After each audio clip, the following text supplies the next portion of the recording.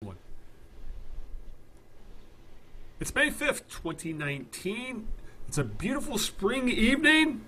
It's also Pa's birthday, according to the Detroit Tigers, and it also means it's time for the knee-jerk Detroit sports talk of Eno and Big Al and the Big Al equation. Al Beaton, longtime Detroit-based podcaster and blogger, joining me on this hour and a half of hilarity and pain, depending on what we're talking about, is the man you know as Greg Eno. He knows a lot of things about a lot of things.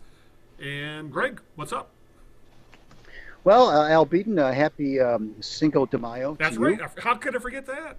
Yeah, we are coming to you. We're here on April 21st because it was Easter. So we're back with you now, and we'll be back with you on the 19th, 2 weeks from tonight, where it will be, drum roll please, our 10th anniversary. I can't believe it. Nope.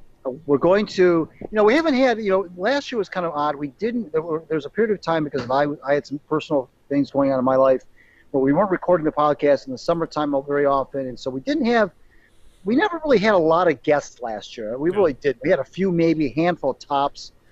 So we're still going to have some guests for our anniversary show just so we can have some folks on to wish us happy anniversary, frankly. And so we'll have probably the usual suspects that are always with us at these anniversary shows. Ray Scott, Bob Page, usual suspects, Will Shores, Linda McCoy Murray. I think our old friend Matt Hutter said he'll be here talking. Yeah. We haven't talked to Matt in quite a while. With all the wing stuff, it's lots to cover. So. And I may, pull out a surprise out of my hat, but we know your Rolodex is, for people who don't know Rolodexes are, but let's just say your contacts is full. So. We're going to be recording. Al and I usually record during the afternoon on that day, so he has time to smash it all together. So that'll be at 2 weeks from tonight, the 19th of May, here on the Knee Jerk's 10-year anniversary. We got lots to cover tonight. We got Tigers Miguel Cabrera spouting off again at the fans. We've got Pistons unceremoniously swept out of the playoffs, and we also have, of course, the big Red Wings news. Yes, lots Steve of Yzerman and Ken Holland and all sorts of things going on. But before we get to any of that, we're going to play a game we like to call Whose Birthday Is It, Maestro? Everybody knows how we play this game by now. I'll give Al a clue or two or three of a person whose birthday it is today in the world of sports. If Al can correctly guess that person within the first two clues, in honor of Cinco de Mayo, he will win a case of mayo. Hellman's, Kraft, whatever you choose. Okay, no Miracle Whip. My mayo. No. Yes. Miracle Whip is not mayo. Yeah, Miracle it's salad dressing. Right, that's right. So this is for a case of mayo on Cinco de Mayo. Mm-hmm. This person now made his name in the world of baseball. He's born in the state in 1947, so he's 72 years old today. This is an interesting one because typically we select a person who is very well known, is either a Hall of Famer or very close to it. It's tricky because sometimes you don't want to give somebody who's too well known, because then it becomes hard to get a clue. For me to construct a clue, but this person is not a household name, but I know you know who he is. Mm-hmm. I picked him for a couple of reasons. Number one is he had a very injury-plagued career, and he had a lot of potential and was trending to be, I think, maybe not a Hall of Fame guy, but Hall of the very good, and then he just couldn't stay healthy starting in the mid-to-late 70s. So I'm going to tell you that he made his name in baseball. Like I said, he started with the Phillies. I will say that. I will give you that clue. But that's not where he made his most hay. Right. And he was an African American player, and he played most of his career a little bit west of the state of Michigan. I will say that. And he was a very good baseball player, but he just couldn't stay healthy. No, when you first started, Hall of Fame career got derailed, and we're looking at the thing about the ages. My first thought was Tony Conigliaro. But but that kind of that's close. Yeah, exactly. Then he said no, it was more the 70s, and his bad injury happened in the late 60s, if I remember right. Right. Yeah, 67. But, when he got hit by a fastball and pretty much almost blinded him. But this, so injury prone, National Leaguer. Obviously, if you played west of Detroit, so you're probably. Well, no, it wasn't a National League. He started with the Phillies, but then I should have been clear. I'm sorry. He started with the Phillies, and then he made most of his career in the American League. I'm sorry, in the American League, Detroit. Okay. West of Michigan, and he was an outfielder. I'll even give you that. This is a little tricky, so I don't expect you to get because a couple of names are coming into mind, but they just don't fit the timeline. Like I said, Canigliaro, Tony Oliva's another one. I'm just going to have to pass on this because we got so much to cover, and I could sit here just thinking about injury-prone players. We should just have a podcast just talking about the stuff we talk about on the birthday game. Right. All right, so I will stew on that. We have lots to get to, so let's hit the ground running. As Greg mentioned, that really the big news this week, other than the ongoing baseball stuff, the Lions had their draft while we were off, and obviously the Pistons got out of the playoffs. But what tended to dominate the discussion this past week was the Red Wings. And since we've been gone, when we talked last, Greg, the Yzerman talk was pretty much still rumors at that point. Ken Holland said, I am the general manager of the Red Wings until I'm not the general manager of the Red Wings. The season ended. Jeff Blashill got a contract extension. And then, I checked my phone early one morning. I was getting out of bed 9 o'clock in the morning. And all my notifications have blown up, and it's all saying Red Wings have announced a press conference for later that afternoon. So, this hit the wires at like 6 o'clock in the morning. And it said it was a press conference was announced with Chris Ilitch, Ken Holland, and Steve Yzerman. So we all knew what that meant, which was, to the surprise of no one, Greg, Yzerman was named the Wings GM and Senior Vice President. And this all pretty much became official the day after the Lightning were badly upset by the Columbus Blue Jackets, got swept out of the first round of the playoffs. Very Red Wings-esque, if I should say so myself. And what came to fruition, Yzerman, as everybody thought would happen, became essentially the face of the Red Wings again. According to the timeline, Ilitch and Holland had received permission from Tampa, I believe, in March. So ongoing negotiations had been going on, but they really couldn't announce or do anything till after the Tampa season was over. The story given, Greg, was that Ken Holland played a big part in this, and that he helped to recruit Yzerman, kind of laid the groundwork for all this, did a lot of negotiations, and after that, he really took a step back from the press conference, and it was pretty much all Steve Yzerman. Said all the right things. As always, you would expect he won the press conference, praising Holland, praising the Ilitch family, saying he was thrilled to be back home permanently, stressing patience in the rebuild, which was kind of a relief. And he was just, Steve Yzerman was back, and the fan base went absolutely nuts, and if anything, this bought the Red Wings a couple more years of a rebuild at the very least, because as we've been discussing ad nauseum in this podcast, Greg, Ken Holland was headed towards Joe Dumars' exile, the way things were headed, and we'll get to that. So looks like there's going to be some front office upheaval, obviously with what's going on with Holland. We'll talk about that. There's a lot of talk that Pat Verbeek, the little ball of hate, who was the Wings, who was Yzerman's right-hand man in Tampa, is also going to do the same in Detroit. So there will be some changes, obviously, in the front office. And Yzerman's already been in Europe scouting the under-18s and things like that. He's actually hit the ground running. So I can't say I was surprised by all of this, Greg. I was just surprised how soon it happened after the end of the Tampa Bay season. Well, yeah, that was a stunner for sure. I was thinking like the end of the maybe the regular season, but I guess the draft kind of started to play into this. Been on staff for that. I wrote a piece in I think it was February or March where I admit this was not going out on a limb, but I just said that that my feeling was that Yzerman was going to be the general manager, but I thought it would happen sometime in the summer.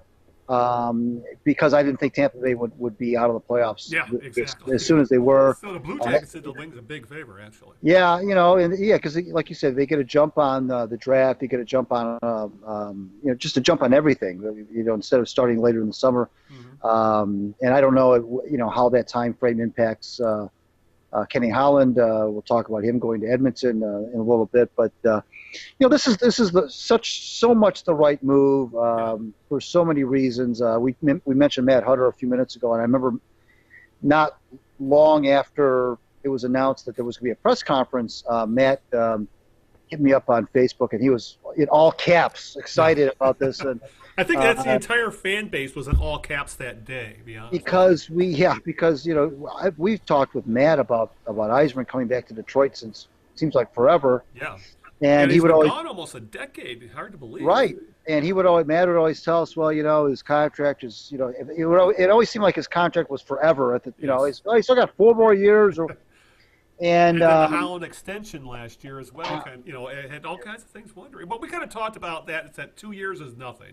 But, well, yeah, that, and also, I think this kind of came really into focus when Steve announced in last September that he was going to step back from the Lightning and become just an advisor for essentially taking a year off, really. Yeah, kind of. Yeah, he was going to be like an advisor for a year, and when he addressed that at the press conference in Detroit a couple weeks ago, he said, I just Lightning had approached me about an extension, and he felt that he couldn't do the job the way it needed to be done because he was so torn about the traveling. He never sold his house in Detroit. Right.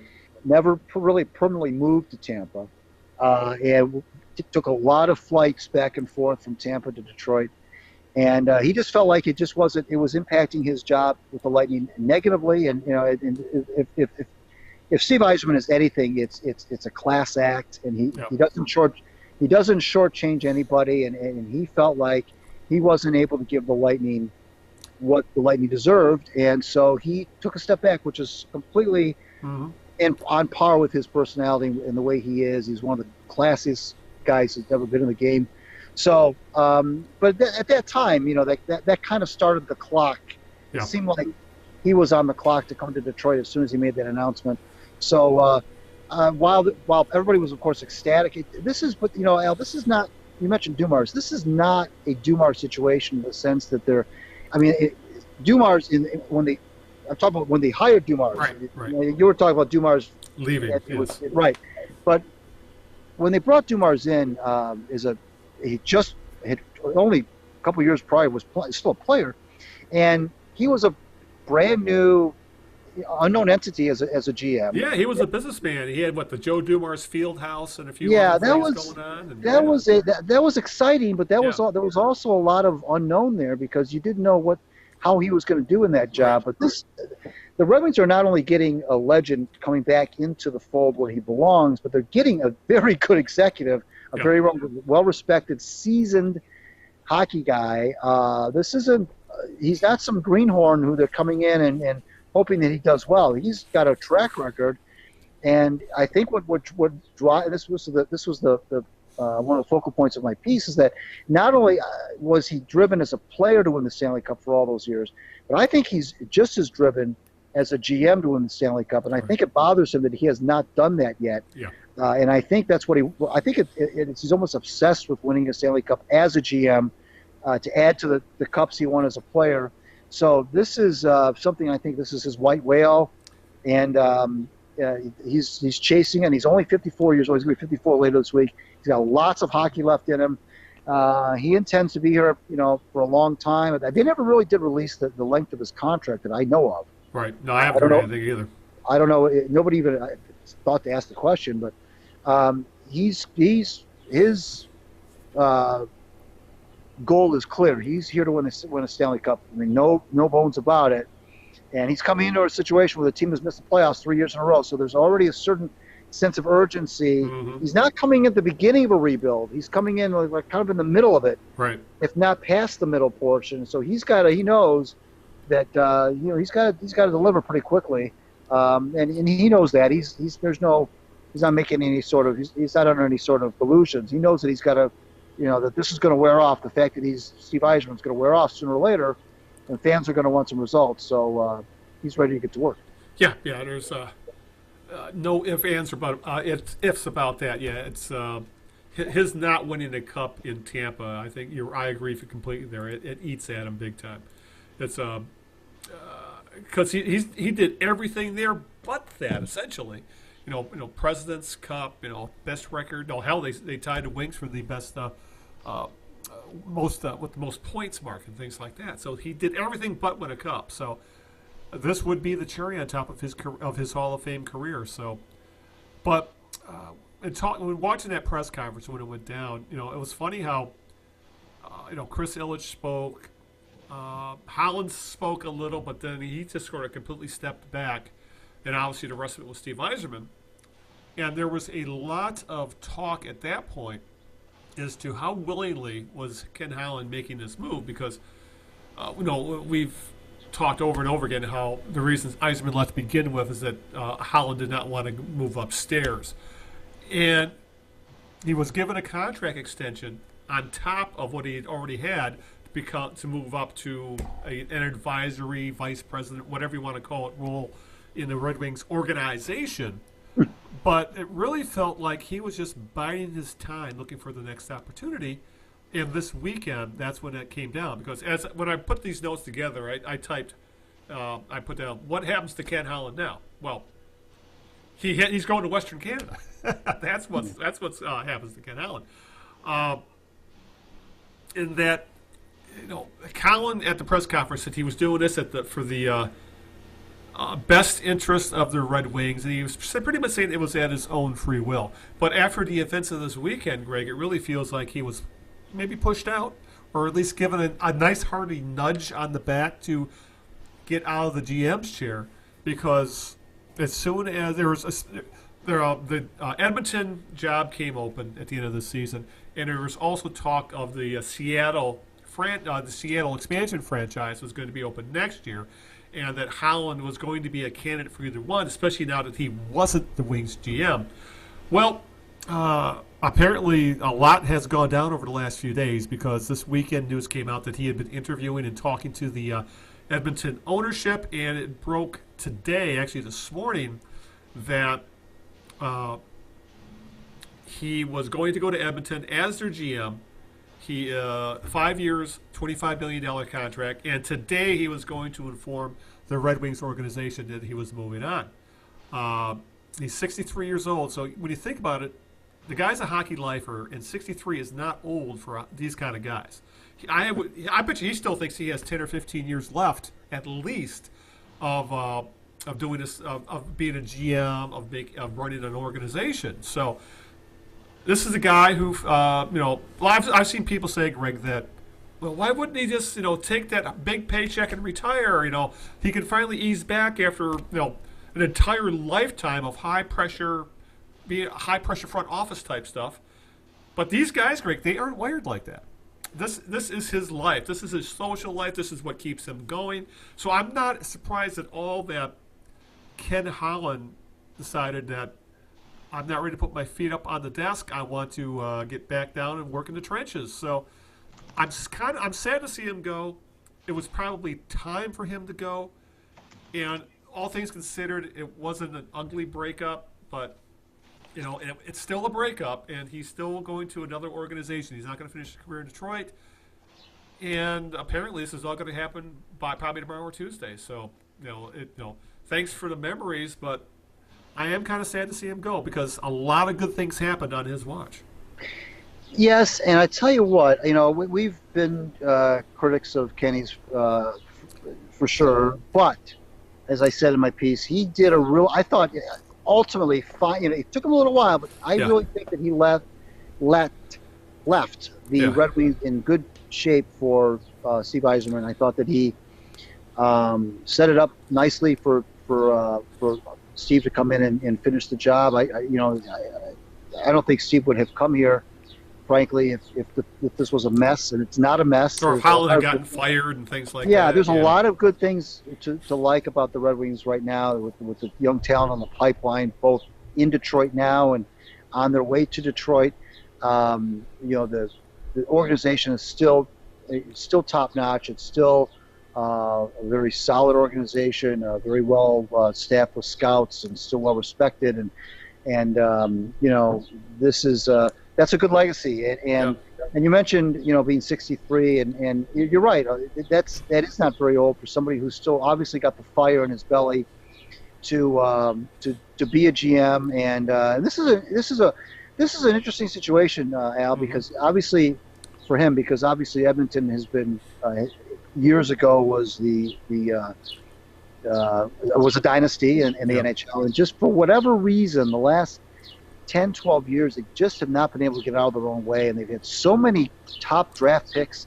They've gone through a lot of coaches. They've had. And they have Connor McDavid, who you say is the best player in hockey. And they haven't been able to leverage those top draft picks into sustained success on the ice, and they miss the playoffs way more than they make the playoffs. So he gets a chance to go back there, and when I say back there, he's from Western Canada, so he gets a chance to go back home, so to speak. Work for an organization that at one time was legendary. He can show up at the press conference on Tuesday or whenever it's going to be and point up to the ceiling and say, "Look at those banners up there. I intend to bring the Oilers organization back to that same glory." And he obviously, still he's no intentions of fading away. So good for him. Yeah. Good for the Oilers. I think that's a smart move on their part. Maybe they've just needed somebody like Ken Holland to come in and be the person that brings it all together. But they've had a number of high draft picks. Yeah. And just have not been able. Won the lottery a few times. They just haven't been able to put a product on the ice that is. Now I know the Western Conference is tough. There's a lot of good teams out there, but they just have not been able to make any hay and get any traction. And an organization like that was, in the late '80s to early '90s was so used to winning. Yes. It's been such a long time since they have won. Mm-hmm.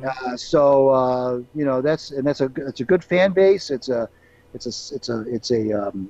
loyal fan base out there, and the Oilers are everything out there. Forget the Tiger Cats in football. It's all the Oilers, and so this is going to get the fan base going, get excited, and it's good. It's good for everybody. It's good for the Red Wings too, frankly, because even though it would have been nice to have Holland there for Steve to.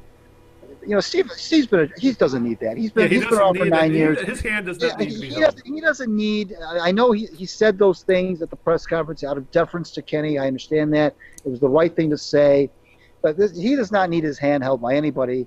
And so it's good for the Red Wings too, maybe to get Holland out of the organization, let Steve do his own thing, not have anybody around here, not to have a fan base think that there's somebody looking over his shoulder. That's not the case.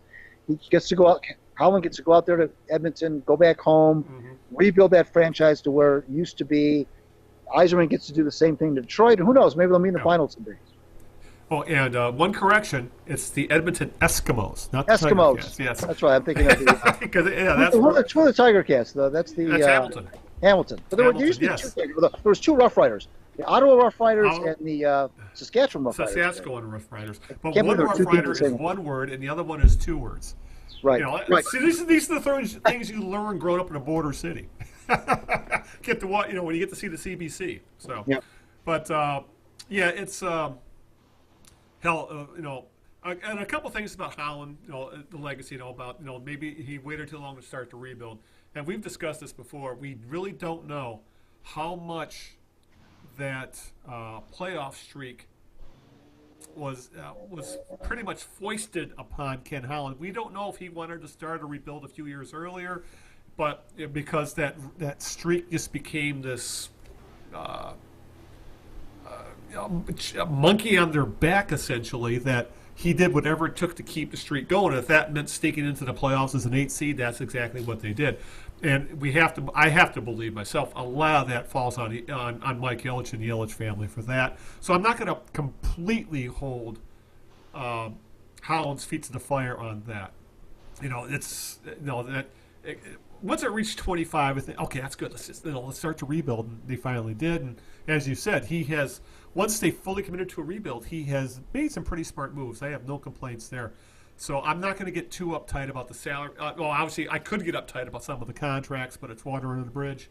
And once the rebuild really got going, he kind of showed his true colors. He's not a bad hockey guy at all. No, he knows what he's doing, and he will help Edmonton.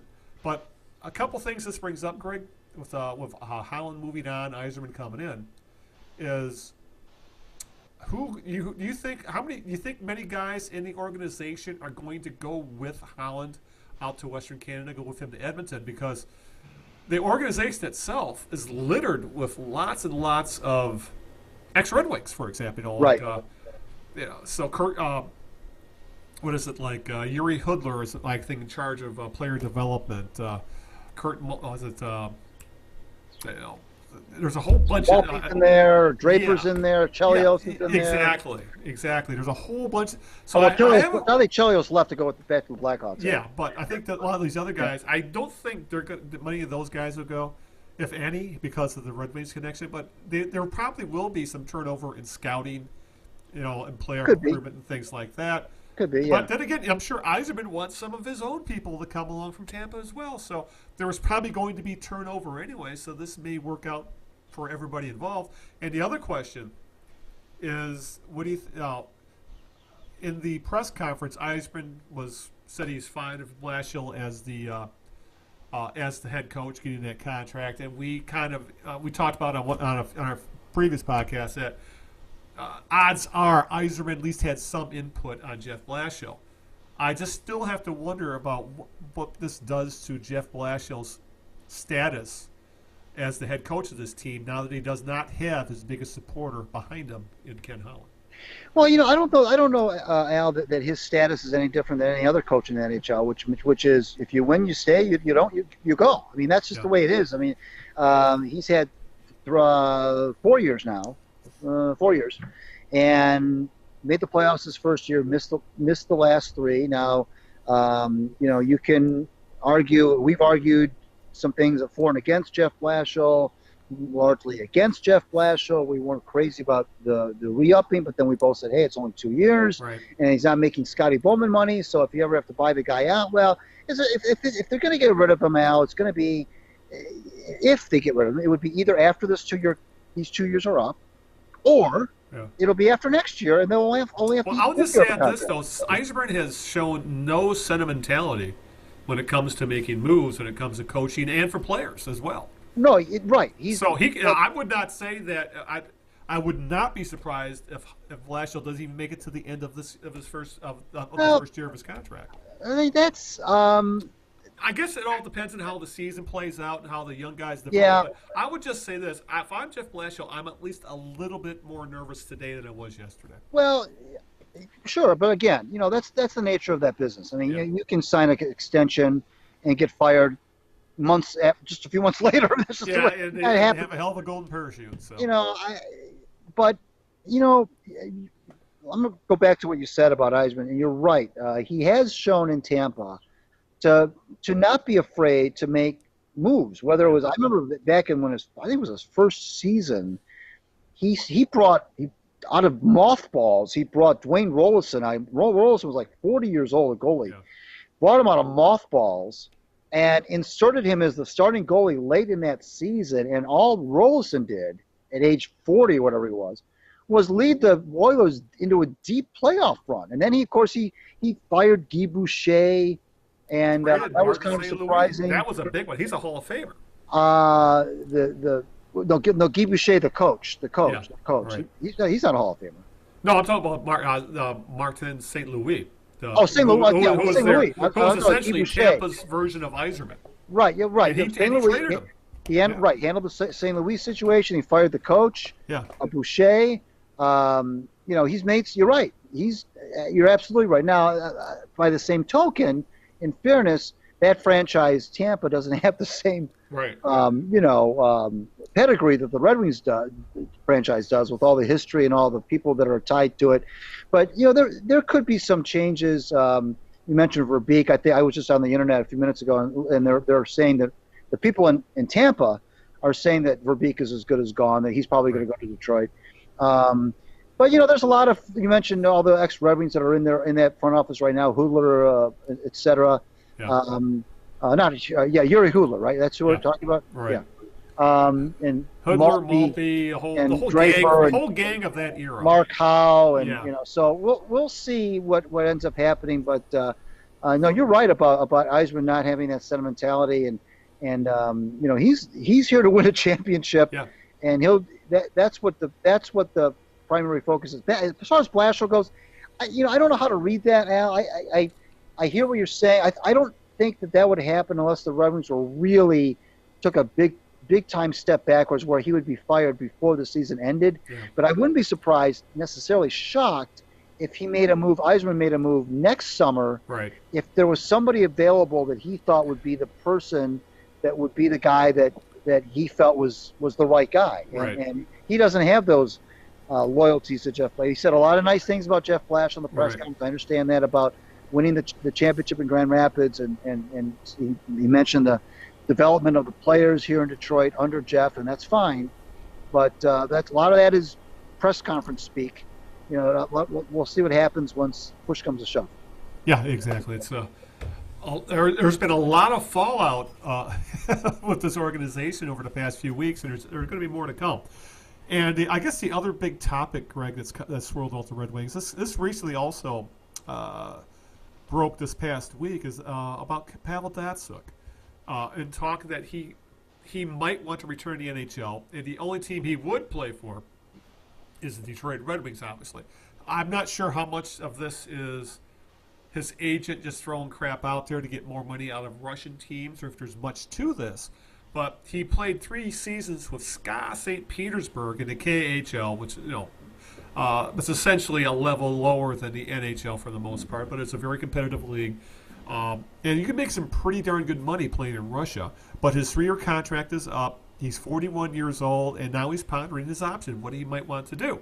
And one of those options, supposedly, at least that his agent, I'm guessing his agent threw out there, is that he has talked to the Red Wings, Ken Holland, about a return to the team. And, of course, the team has said nothing at all about this. But there's also been common talk, which kind of made me question this, is that there's still another KHL option, that his hometown team, I can barely pronounce it, at Mobilist Yakanskaberg or something to that effect. It's his hometown team, and he could play for them, who knows, for probably a decent amount of coin.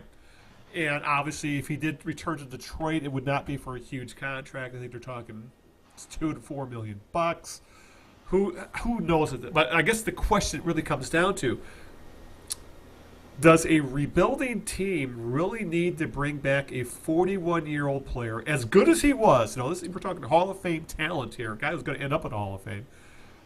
Does a rebuilding team, especially one of a brand new front office, bring back a legendary player who's likely not the player he was when he left for one last hurrah? And there's a lot of the fan base that said, "Oh, he still can make those new Datsyukian things." We don't know that. He's 41. He's gonna have to have lost a step or 3, and even though he may not be blocking anybody, but there's still the possibility that guys could develop and he could end up blocking somebody.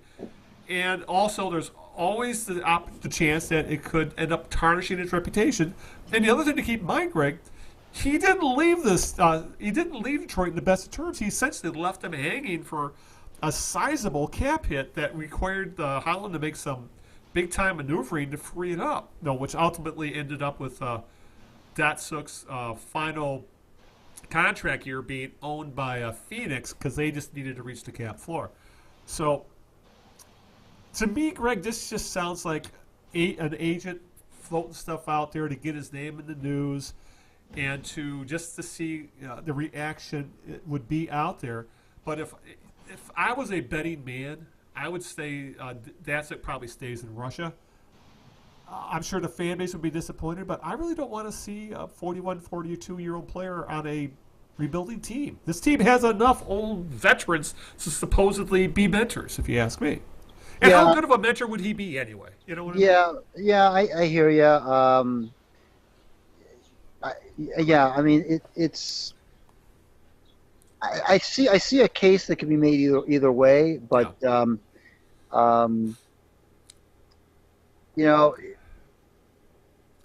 probably won't happen. He probably won't come back to the I would say the NHL. odds were better if Holland were still here. Yeah. Right. I think that would be something that Ken might consider. Right. Because he loves to have those couple old guys in the roster, and there's talk that Vanek is probably not coming back, so there would be a spot.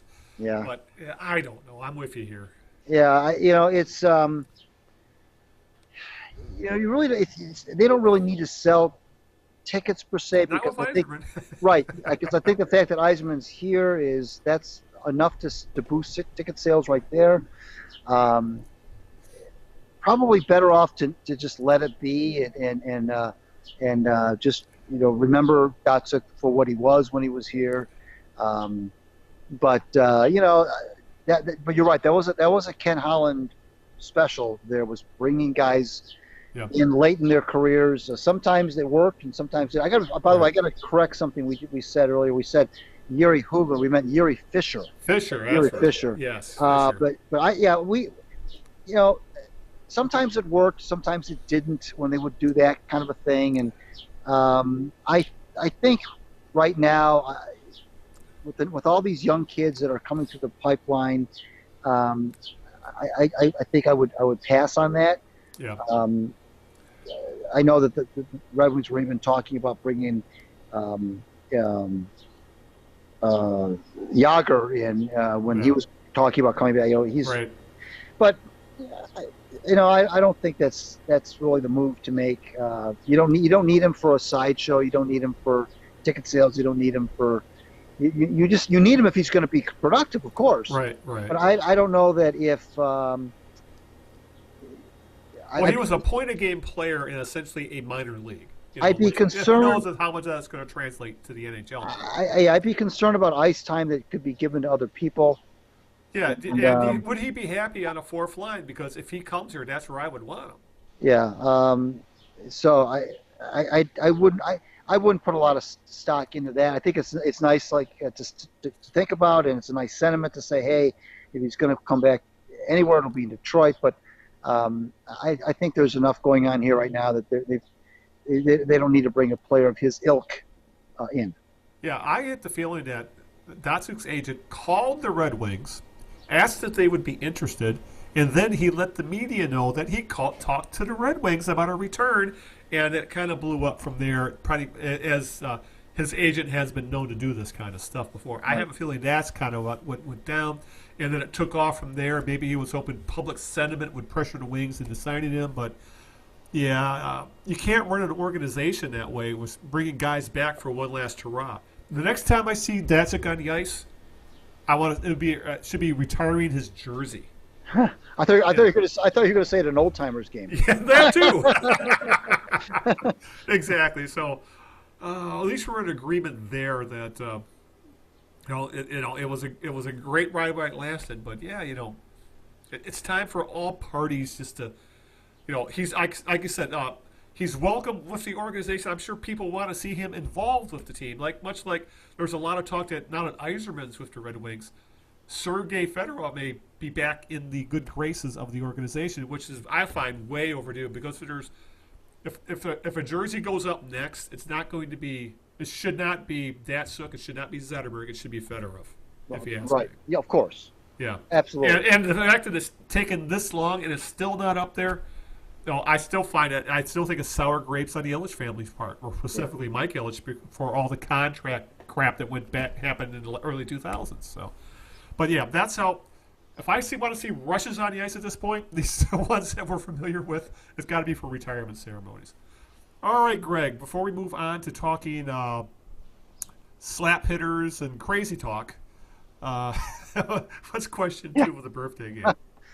Okay, this person, like I said, made his name in the world of baseball. He's 72 years old today. He started with the Phillies, then went on to play for the Twins and the Brewers. Could never stay healthy. Actually did stay healthy when he was with the Twins, but once he got to Milwaukee, he had a shoulder problem that just never went away, and he could never stay on the field, and was a very good hitter up until about 1977, 78, and he just couldn't stay healthy, and he was the first designated hitter. A lot of people think it's Ron Blomberg, which is true. Blomberg was the first DH in a regular season game, but this player was the first DH in a spring training game in 1973 on March 6th. That's a little extra trivia, but I hope I've given you enough to at least make a stab at this. He retired as a Brewer in 1982.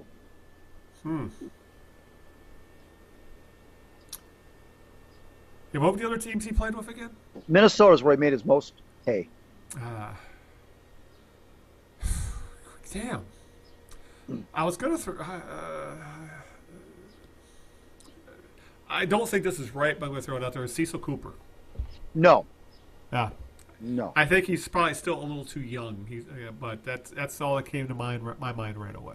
That's why I thought it was wrong, but that's the only guy. And I knew when I picked this person that it was going to be tough for you to get, but I thought he was interesting because I've always thought that this was a guy that just if he was trending so upward, and then he hit Milwaukee, and I think he dove for a ball one day and hurt his shoulder, and just never was the same guy.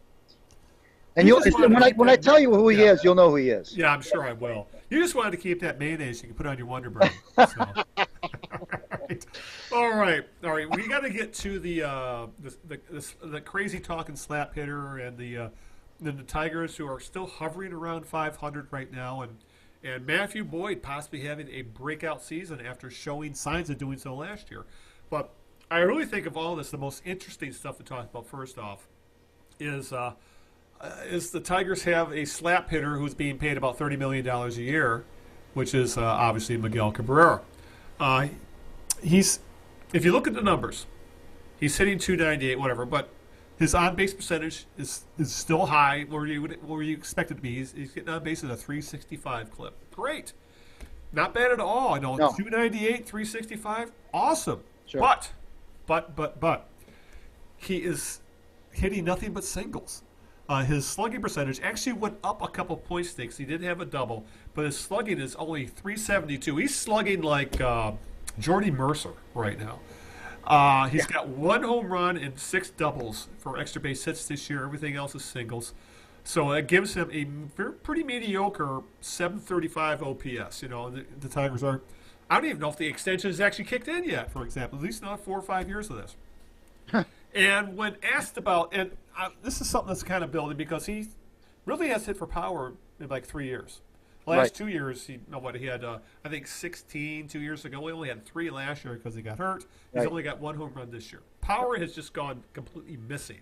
And we're talking about a guy who, has won home run titles. Had 40+ home runs multiple years in a row. And I think most people even expected as he aged, he'd still be a 20-25 homer guy at the very least. So when asked about that this weekend, there was an article in the Free Press. It came out, I think it was late yesterday. They asked him about, the power outage, and his comments, Greg, really came off as, it's not my fault. It's the guys behind me. They're pitching around me. It's because of them I'm not getting anything to hit. This is quote. He brings up, Prince Fielder, who's hitting behind me right now? That's a big difference, too. How am I going to hit 40 home runs? In the past, I got Prince Fielder, Victor Martinez, Johnny Peralta. I got a big bat behind me. You see the guys pitch me? That explains everything. So he essentially, Greg, just threw Nico Goodrum under the bus, saying that he's not hitting with power because Nico Goodrum isn't a good enough hitter. And, Goodrum is what he is, and he's a pretty solid guy in your lineup. He actually, his OPS is pretty similar to Cabrera's right now, but he hits for more power. So when asked about this today, Ron Gardenhire, when he learned about the quotes, refused to criticize Cabrera, Greg, but he did call the statements, quote unquote, a little crazy. So a couple things here. One, if you look at advanced metrics for the most part, being protected in a lineup is pretty much a myth. I mean, you can look at his on-base percentage. Nothing's changed there. And I was looking up some of the advanced metrics for him. Pitchers are pretty much pitching him the same way they always have. Not much has changed there other than the fact he's not hitting fly balls anymore. And at 36 years old and having fought injuries for the last 3 years, well, longer than that now, it's beginning to look like that his was prodigious power, especially to the opposite field.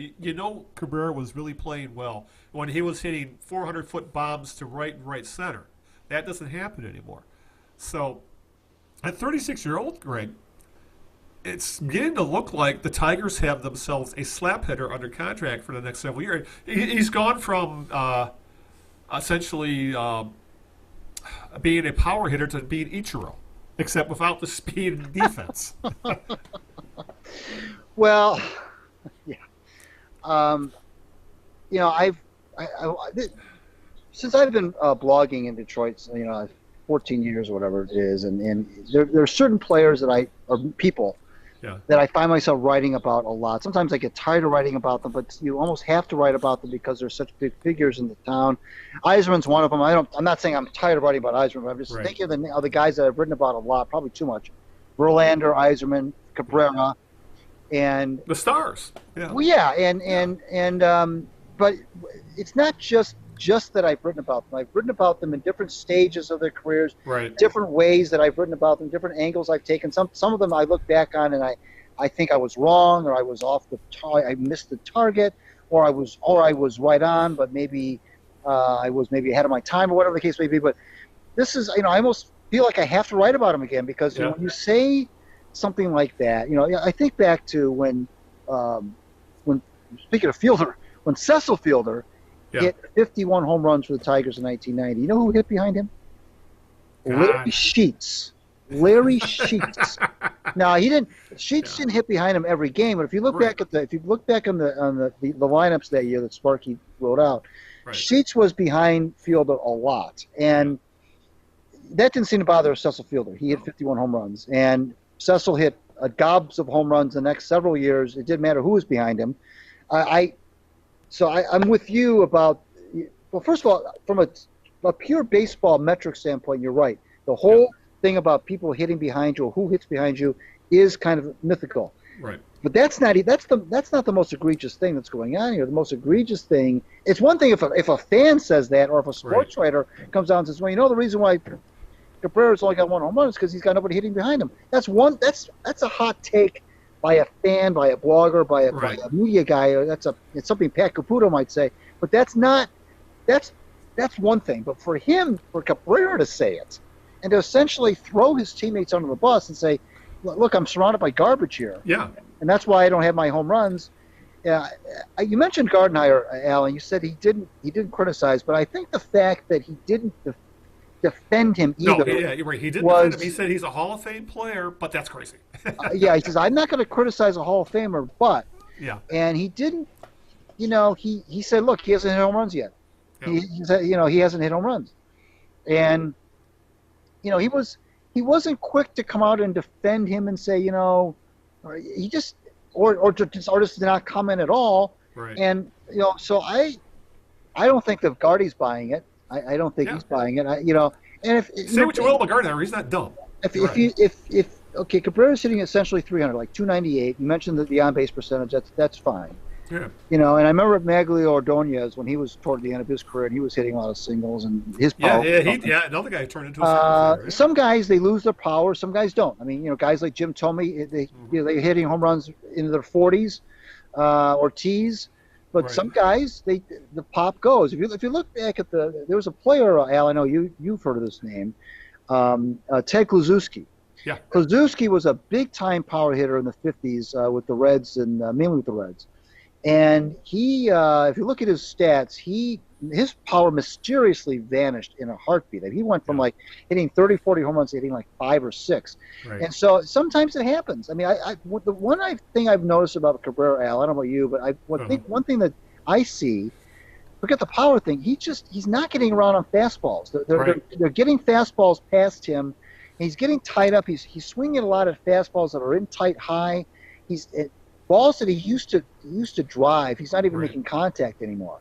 Yep. You mentioned the contract. I think we all knew when the moment the ink dried, that was going to be a bad contract. But I still thought he'd age better than this. Yeah. Well, yes. But those big guys, and that's the concern already about Vladimir Guerrero Jr., who just now made his debut a few days ago, last week or whatever it was, with Toronto. Yeah, they're already talking about Junior being the concern about him because he's a big muscular man, and they're afraid that kind of like a Puig kind of a guy.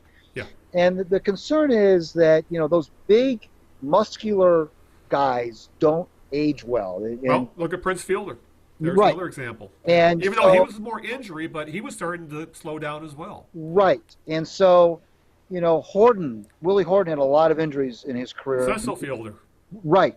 Yeah, when he dropped, And then you look at Albert Pujols, he's another one a shell of his decline. former self. Yeah, exactly. So but we knew that it was going to be a bad contract. I mean, I'm with you that I thought he'd age a little bit better I had as no well. problem with the deal just because I thought he'd at least remained somewhat productive until he was 40. But I thought remorse here. I thought he was going to be one of those guys, Al, that would still hit 25 home runs, but hit like 260 instead of hitting 300. I could live with that. But let's say it's trending the other way around. And he's not driving in runs either. He's got 13 RBIs, which is like a 65 or 70 RBI clip. Yeah. And part of that is because of the lack of power. You're not going to drive in tons of runs if you're just getting singles. Right. He's still a good hitter, of course. I mean, he's still hitting 300. Essentially. Yeah, he can roll out of bed and snap a liner to left, but but the fans don't. The fans don't want that. They're not excited about him slapping a single to right field. The other thing is this team desperately needs power. Yeah, right, exactly. I think they're like. They're like bottom 5 of the league. Yeah, of home runs. Which hey, hitting home runs. If you can score runs the other way, God bless you. I mean, it's. I know that right now it's all about home runs. It's all about power. Everybody in the big league, everybody exit speed. Right. Everybody in the big leagues is. Every team is hitting 200 home runs or close to it. I get it, but it is. Where they're at right now as a team is indeed does stand out, but. You expect certain guys to hit home runs, and some guys aren't going to. And boy, I tell you, it's and there's some other stuff that has come out about his personal life. It's been in the papers, like his mistress and the fight over child support over the kids that he has in Miami. Obviously, he's got family in Venezuela. And Venezuela is it's a dangerous place to be right now. Right. And then lately has been that, remember the Tigers made the big deal about the Bits, his candy company? Yeah. That has gone completely up in flames in lawsuits. I mean, that's completely gone under. So, between his talent starting to fade somewhat, his personal life really sounds like kind of a train wreck. He doesn't sound like. I was just, and I just found it interesting that I was looking for some information on Cabrera today, and I ran to Lynn Henning on Twitter because he's no longer writing for the newspapers, but he still follows the team and he's on Twitter, and he just said when it comes to Cabrera, expect more of the same. This is going to get ugly, and how things have been going, between Cabrera being angry and not accepting who he's becoming and not making changes to how he hits, like Justin Verlander. 4 or 5 years ago, it looked like his career was starting to trend downward and not come back. Now he's a Cy Young candidate again because he tweaked how he pitched. He made changes. Cabrera does not look like, he's a big man, still looks strong, but he's not in the best shape. And as you said, stuff he used to just eat for lunch is now eating his lunch. So I can understand where Henning is saying that this is going to get far, far worse. This is just tip of the iceberg with Cabrera, and with that contract, this could be going on for another 4 years. Yeah, I suspect it's going to be a messy divorce. Yeah. And it'll start with the fans, and I think it's already begun with the fans. Yeah, you're right. And there's still a lot of people, Al, who still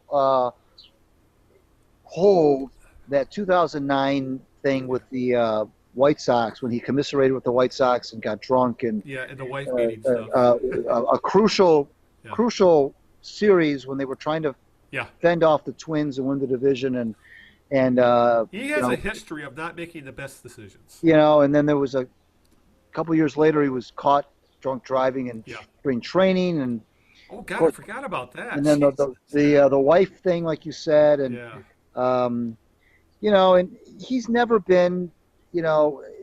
He's always portrayed on the field as one of these guys who has a lot of fun playing the game. He's jocular with opposing players at first base. He's got a smile on his face. He's good with the fans. I mean, physically with the fans at the game. But he's got this tendency to he never really it's funny when you and I grew up with guys like Kaline and Cash and Northrup and McAuliffe, and these were all English-speaking American people who lived in Detroit year round. A lot of times they were from here, Horton, and they were the Tigers. They were the face of the franchise, and they embraced the fans. The fans embraced them, and it's hard for a guy from Venezuela who doesn't speak really good English, who isn't around here in the wintertime. And I know that's the nature of the business now. It's hard for those kinds of players, Al, to really become part of the community, part of the, unless they choose to, of course. He's never really wrapped himself around, embraced the city. I mean, I don't know maybe I'm expecting too much out of him in that regard, but I never really thought of him as well. When you think about it, really the face of the franchise when they were making the run wasn't Cabrera as good as he was. It was Justin Verlander. Well, for a lot of these reasons you're talking about. Right. Justin was, very well spoken, gregarious, handsome guy who was not afraid to. They would talk to him in the dugout in between innings. Whenever they wanted to mic up a player, it was always Verlander. And you could tell when he was pissed on the field. Yeah, he was. He was never jocular on the field. He was a good quote. He was a good interview. He was good with the media. He was, like I say, was well spoken. He never got the feeling he was, trying to put one over on you. I think you're trying to say. I think he accepted the role of being a leader on the team, and that's something Cabrera just won't do or has never done. But you know what, Al? It's tough. You mentioned Verlander remaking himself. It's tough for a guy who pitches every fifth day to be the leader of the team. I'm sorry. That's why you'll never see a team captain be a pitcher, and you shouldn't. Team captain should be or whoever is going to be the face of the franchise, for lack of a better term, it should be a position player. Now, the fact that you say it was Verlander, some people might argue against that, but I think you can make a case that it was for a. Yeah, I think it almost could have been. You could even say the face of the franchise was the manager. Yeah, no, that's a good point there. Maybe just the Jim Leland. Kind of like right now, but like look at the team right now. You know who has stepped up?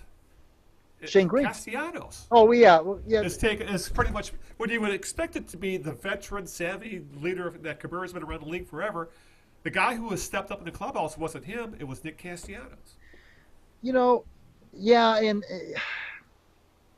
who do they go to for quotes? Who do they go to get the temperature of the team? It's always Castellanos. Yeah. Shane Green's trying to be like that, but it's tough. But again, like you said, it's hard for a pitcher. It's hard. Well, yeah, and even a closer who's going to pitch more often than every fifth day, it's still tough. I mean, the closers though, they have that mentality. They've got that. They kind of have that they're kind of they're a little off anyway, and they're not afraid to say what they think anyway. But you can't have the closer be the face of the franchise. Right. So, but I mean, I appreciate the fact that Shane Green is trying to be more of a.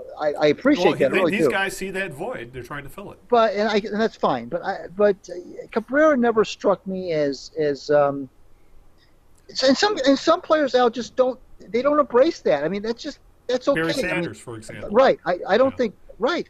Some players just as good as they are, and you could probably go in every franchise, in any sport, in any city that you want, and pick out some superstar players and ask the fan base, was this guy ever considered a leader or the face of the franchise? And they would probably say they would always be able to identify someone in their history who was a great player. Look at Ted Williams. Yeah. Was Ted Williams a leader? Was Ted Williams the knock on Williams? Now this might be completely off base. Right. The knock on Williams was he was more interested in hitting than he was winning. Yeah. Now he may tell you if he were to come back to life, he'd say that's a bunch of horse shit. I wanted to win as badly as anybody else. I just didn't have. We just didn't have. He always came. As great as he was probably great because he was more of a me first kind of player. Well, really. They had some really good teams when Ted was there. They just could never get over the hump, and they finally won a pennant. And they couldn't beat the St. Louis. I mean, the Boston. The Cardinals. Now, who did they lose in the '46 series? The Boston Braves, right? Yeah, was it Boston versus Boston, or am I getting it wrong?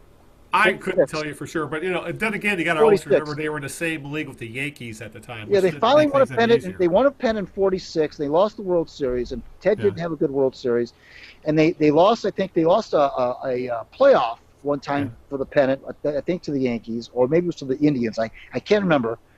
But the knock on Williams was he was more interested in hitting than he was in winning. Now, the science of hitting, especially. right. Yeah. So there's always that player that just.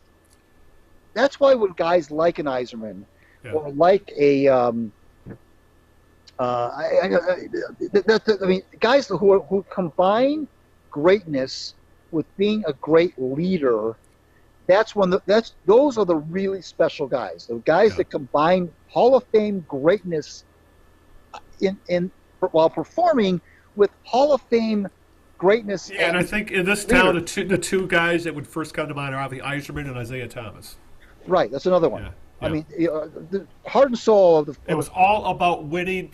Nothing else mattered. Absolutely, there was no exactly. And both those guys sacrificed their numbers for the good of the team. And their body. Yeah, their body. Exactly. Yeah. I mean, how many times did we see Yzerman play in half a? He ended half his a career leg? in one leg.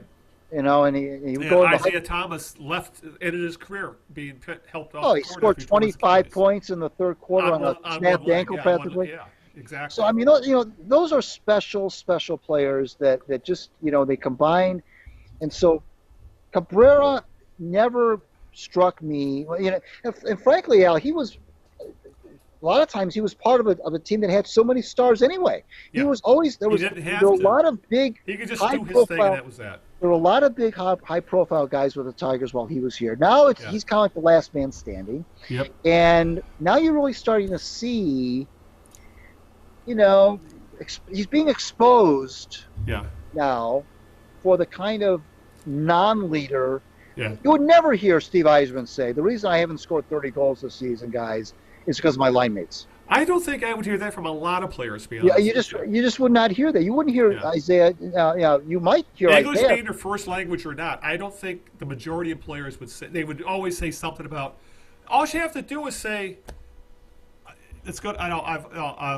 I'm doing my best. I'm going to try harder. I'm working in the cage. Blah blah blah." Just spew platitudes. You don't start pointing fingers. That's a bad thing to do. And to evoke Prince Fielder, who himself left here under less than good terms. I got kids. It wasn't like Prince Fielder was this. He was not well liked here either, frankly. No. He was so the to guy evoke, who really didn't. He wasn't a team leader either. You're right. To evoke Prince Fielder as the salad days that's all that does is open up more wounds. There are a lot of people who are already.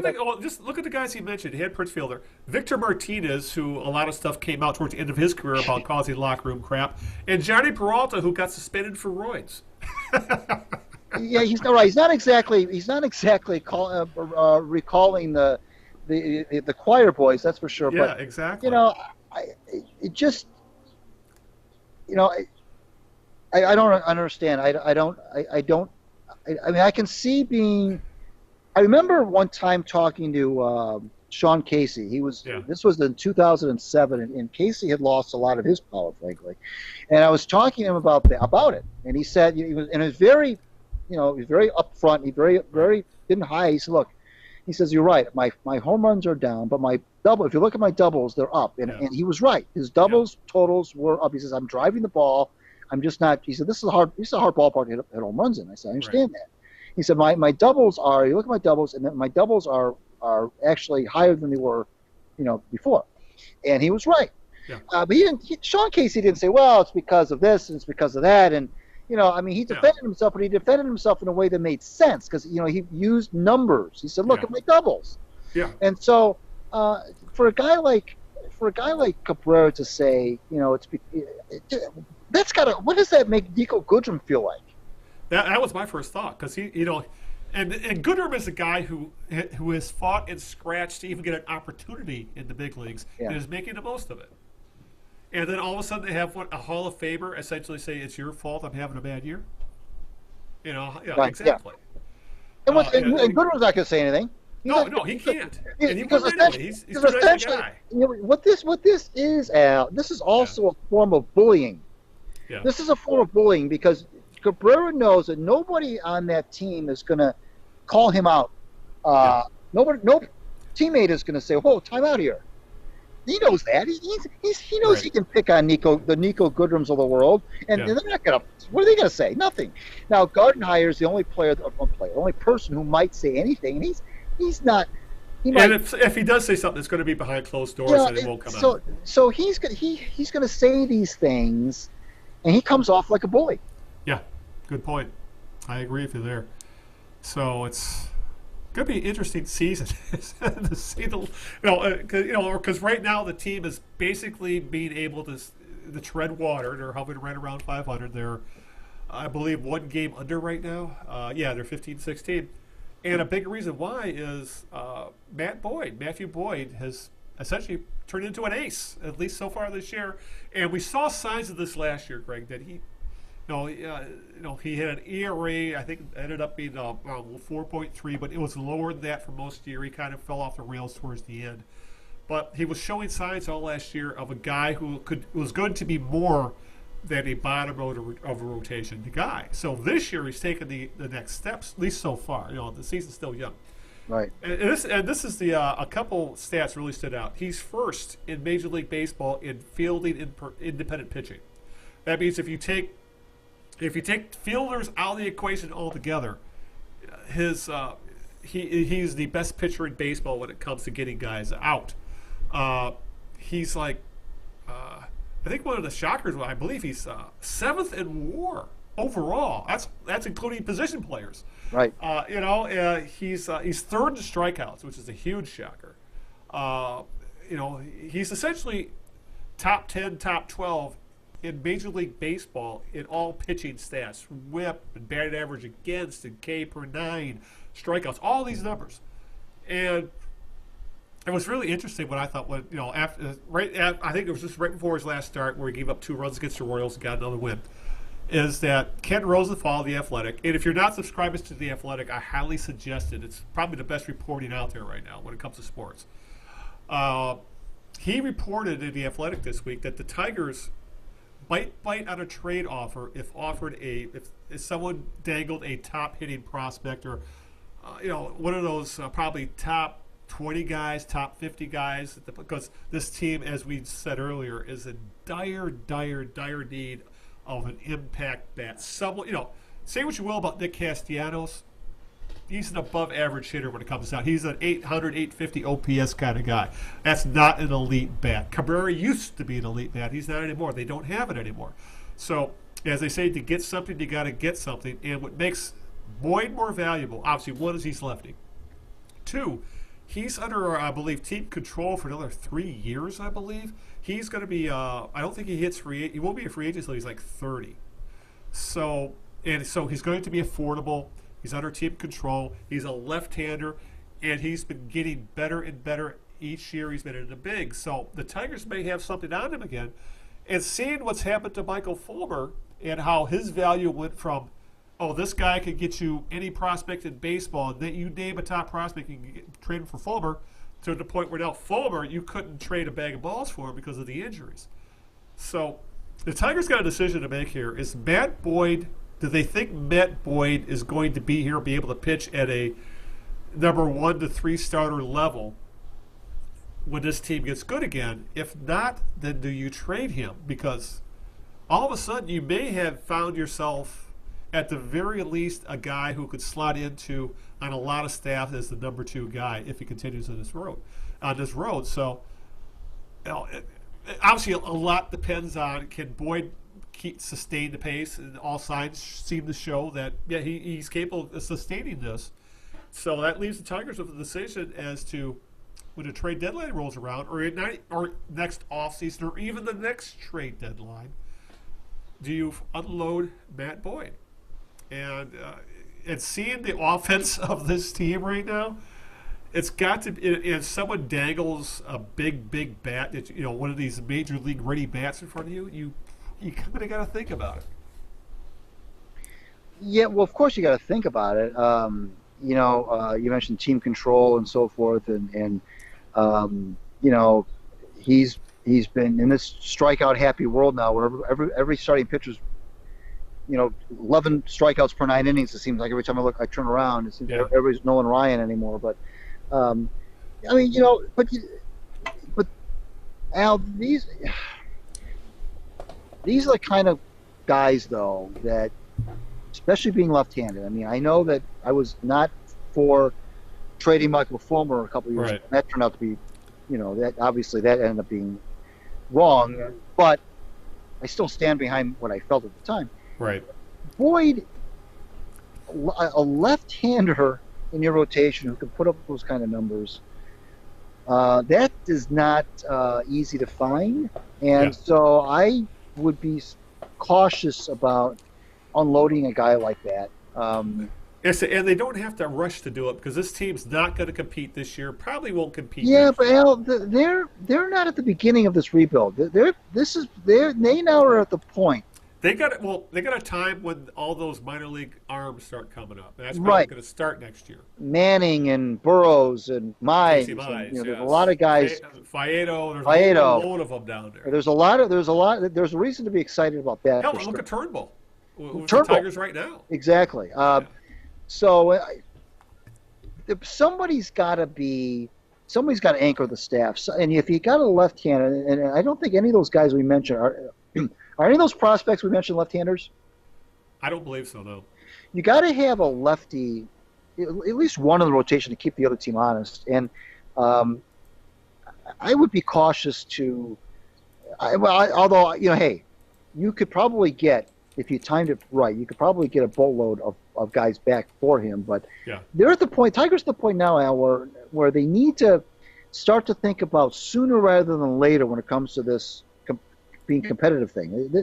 I don't think we're looking at 3 or 4 more years of this. I mean, you got to start to think a little bit more like in terms of the short term instead of let's just keep stockpiling prospects and just keep doing that. Eventually, guys have got to get to the big leagues. Eventually, you can't be the Houston Astros of tomorrow forever. You got to eventually become something, and you got to keep someone around. And I'd be cautious because, but on the other hand, you could argue against me and say, look, pitchers are they're so volatile. You don't know when a guy's arm is going to fall off, and I get it. I understand that. Look at Fulmer. You don't know when a guy's going to snap an elbow or something weird's going to happen. I understand that. I understand. I know all about selling high. I understand that too.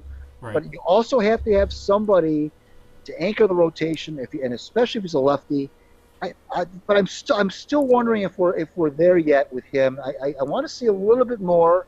I want to see a little bit more sustainability on a board before I'm ready to say, okay, this is the real deal. It's still only May 5th.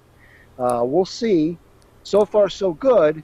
I like what I see so far for sure, but there's a long way between now and July 31st. Yeah, and it says a lot about thank goodness Boyd and Turnbull have essentially stepped up.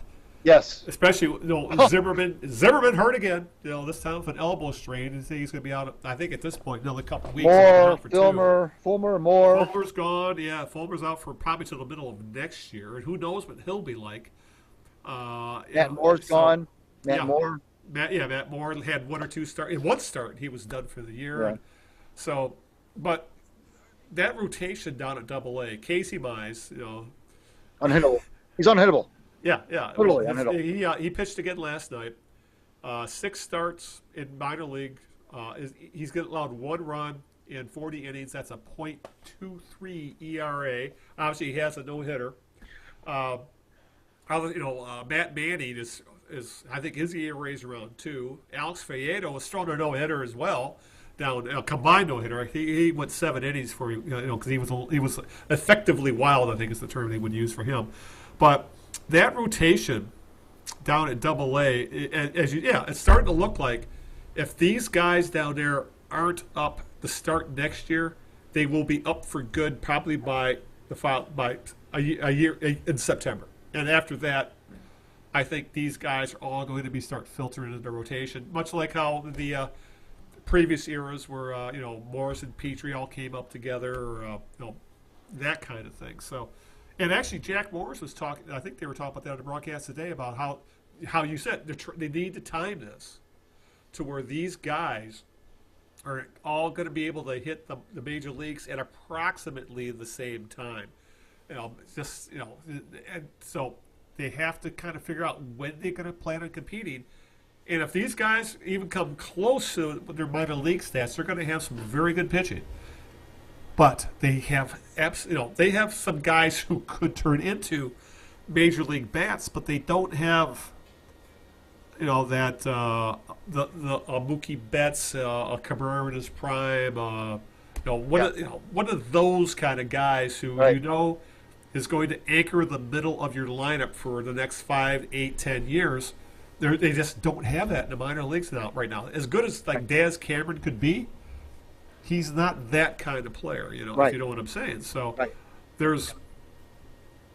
and so as I say, you got to give something to get something. So sooner or later, yeah, you're right. I'm glad I'm not the one having to make these decisions as to which guy I need to trade and who I need to target, because.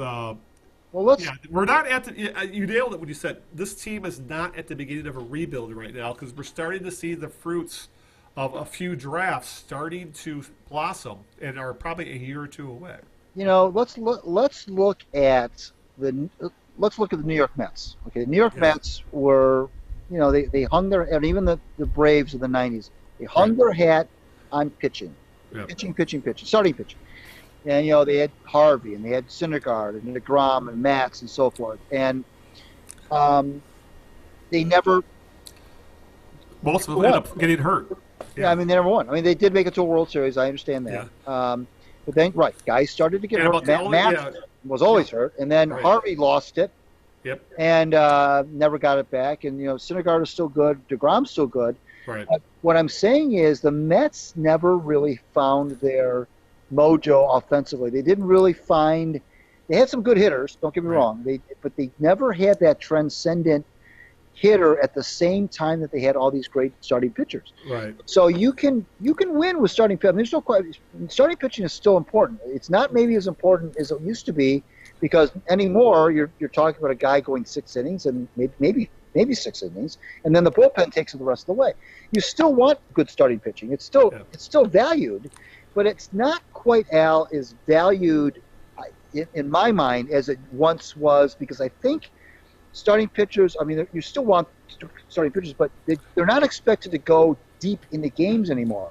Right. So now you're just asking for a guy to give you 5 or 6. It's almost like a game manager, a quarterback who's a game manager. You don't need a guy that's going to whip the ball over the field. You need a game manager. That's sometimes what they say you need to win. Right. Well, sometimes with these starting pitchers, it's like, we don't need a bunch of Cy Young guys. We just need 4 capable, competent people to get us through 5 or 6 innings every day, and then we can maybe try to we'll figure it out after that. With the essentially you described the Kansas City Royals of a few years ago. Right. They would churn exactly. They churned it over to their bullpen around the 6th inning. And it was over. Lights out. Right, it was over. And that's how they won their 2 straight pennants in one World Series, because of that. And so you can great starting pitching it's exciting. There's no question. It's exciting to think about all these guys in the minors that are coming up. I'm totally with you on that. But you hit the nail on the head when you got to have, along with that, the name of the game really is offense. Let's face it. Yeah. It's nice to talk about the Scherzers of the world and Verlanders of the world, but those are so few of those guys are around. Right. Everybody else is in that next. Then there's a bunch of guys in that next level, and then a whole bunch of guys in the level after that. Right. So, but with hitters, every team, almost every team, seems to have at least 1 or 2 really good hitters. Right. And the Tigers just, you're right. There's not anybody coming up. Even Daz Cameron, who really gets you excited offensively, that you can't wait for that bat. Yeah, he reminds me more of a Chet Lemon type. He'll probably hit. He'll he can probably get on base at a 340 clip, play elite defense, and maybe give you 15 home runs. Right. Which is great for a center fielder. Which is what you need in Detroit because of that ballpark. Yeah. I understand that, but and that's really the only thing that's keeping Jacoby Jones in the big leagues is his glove. Yeah. But you have to have a guy that people, we were just talking about Cabrera a little while ago. You got to have a guy that fans are going to pay to see. And I don't mean pay to see every 5th day. A guy that they're going to pay to see every day. And a guy who when he comes up to the plate, you stop everything, you pause everything, right. and you look up from whatever you're doing, and you watch the at bat. That's how. I mean, I used to do that with Fielder, such Fielder. I used to do it with Cabrera when he was Cabrera, and there were a couple other players I would do that. Whenever they would come up, I'd stop what I was doing, and I would want to see that at bat. And you need that. Those are the kind of players that are. Those are the Mike Trouts of the world. I know. So I'm not trying to say they need it. You're not going to find a Trout's a transcendental player, but you need somebody that's going to be just imposing. And you're right. The Tigers. Kind of like talking about the face of the franchise again in a way. Yeah, the Tigers don't have it. I was going to say I wish the Florida would hurry up and get another player that they could trade to somebody. It'd be Cabrera, Carlos Stanton, Christian Yelich. Who? Okay. Yelich, yeah. Oh my goodness! But yeah, it's for a bad team, they give you a lot to talk about. I'll say that much. That's for damn sure. But we'll see where this goes. They give you a lot of talk about because they were still relatively not long after they went through that big run where there was a lot of divisions were won and a lot of playoff series, and there were a couple of World Series, and there was a lot going on, and we're not that far. We're 5 years removed, but it's not that far away. People still remember that. A lot of the players that were on that team are still in the big leagues. They may not be with the Tigers, but they're still in the big leagues. So that's why they're still relevant. But eventually, sooner or later, you become the Tigers of the 90s and the late 90s, early 2000s. Oh, God, don't remind me. Yeah, that's where you don't want to be. You don't want that to. That treadmill. I don't think that's going to happen. I really don't, because I don't think that. First of all, I just as it's hard to be really, really good. It's also hard to be that bad, and I don't know that they'll be that bad for that long, especially playing in that division. Right. But that's still people still remember those years as well, and those were just not good years to be a Tiger fan. No. They almost lost an entire generation of fans. They were so bad for so long. Right. All right. Before we kind of start wrapping things up, we'll touch on the Pistons, maybe the Lions real quick. We need to get question 3, so you can give me the gimme. Well, gosh, I don't know how to give a gimme here. He again, Philly. What position did he play? He was an outfielder. He was an outfielder. Corner outfielder. He made the All-Star team twice, 77 and 78. I think he led the AL and led the league in RBIs in 1977. But the next year, started the injuries with the shoulder. He was a what else can I tell you? He pretty much was known as a Brewer for the most part. You're saying? No, twin. No, twin. Okay, all the injuries happened with the Brewers. With the Brewers, but he made his hay. God. He was. Gosh, how can I? His initials were LH. If that helps you. I knew it would be tough. I'm at a loss. Just give it to me. Larry Heisel. Oh, wasn't he? He was murdered, wasn't he? No, you're thinking of Lyman Bostock. Lyman Bostock. Okay. I always got those two confused for some reason. Larry Heisel was. I probably wouldn't have gotten that. Now that you mentioned him, I remember him. But he's one of those guys I remember if you bring him up. Look at his numbers and look what happened to him after '78. It's really kind of tragic because he was very, very good, and he hurt his shoulder and he never got it back. So it just goes to show you how fleeting these careers can be. So now you got me looking it up here. Yeah, he was a couple All-Star games. He finished third in the MVP voting in 1978, and then you're right. He had. And then he never passed. That was his last full-time year. Yeah. He said after that the injuries. He said ate him up. He never played a full season after that. He was only 31 at that point. Right. And he was he was essentially out of baseball by 34. Wow. Yeah. That is that's a guy I haven't thought of in years. This Larry Heisel, and you're right. He was for 2-3 years there. He was an elite ball player. You're right. Yeah. When you look at the numbers. All right. Well, you got me now. Okay, you got all the menu you need for your white bread. So, all right, a couple things to touch on before we call tonight. Obviously, we need the The Detroit Pistons, Greg. 8-seed Pistons lost in the first round to the 1-seed Bucks, and it wasn't even close, blown out all 4 games. Losing by an average of 23 points. I think the closest loss was by 16. And the games were never even that close for the most part. Only 2 of the games were even competitive at halftime. Blake Griffin missed the first 2 games, game 1 and 2 on the road. He returned for the final 2, and it turned out he was essentially playing on one leg. Here we are, guys playing on one leg again. Yeah. He was essentially playing his entire one leg was in a sleeve and a brace, the whole 9 yards. And who knows what kind of pain he was playing through because he had surgery on that knee right after the season ended. I guess the question came down to, after all said and done, is that they snuck into the playoffs as the final seed. They had the worst record of all 16 playoff teams. And people are saying, was it really worth it to make the playoffs just to get destroyed by the Bucks and risk the health of Blake Griffin? And the Pistons, obviously, are saying, Dwayne Casey, the front office, saying, yes, it was a good experience because the young players needed to know how they have to ratchet up their game for the future, specifically Kennard, Brown, Thomas, a couple of those guys who are going to be around for the next several years. So I watched every game, and it was not a fun experience. I will say this, though. If anyone who didn't think Blake Griffin fits into the ethos of the Detroit Pistons, I think they would have had to have changed their mind after watching him this year. He fits a Detroit Piston type player to the damn T at this point.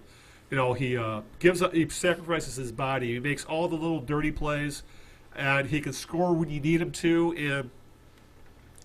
And as well as Andre Drummond played at times, he still comes off as the anti-Andre Drummond.